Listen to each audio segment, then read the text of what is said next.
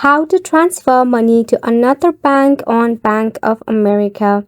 Welcome to Techmates and let's get right into this video.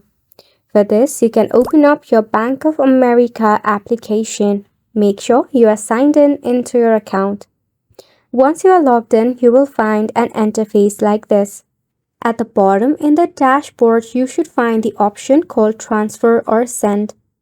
You need to click on the particular option. Once you tap on it, select the account you want to transfer from if you have multiple accounts.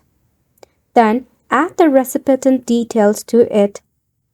Enter the amount that you want to transfer. Enter the date, then select on Continue. Confirm the transaction details to make the transaction successful.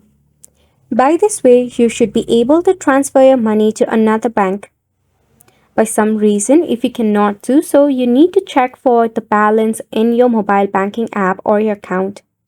Check for the details of the recipient bank account.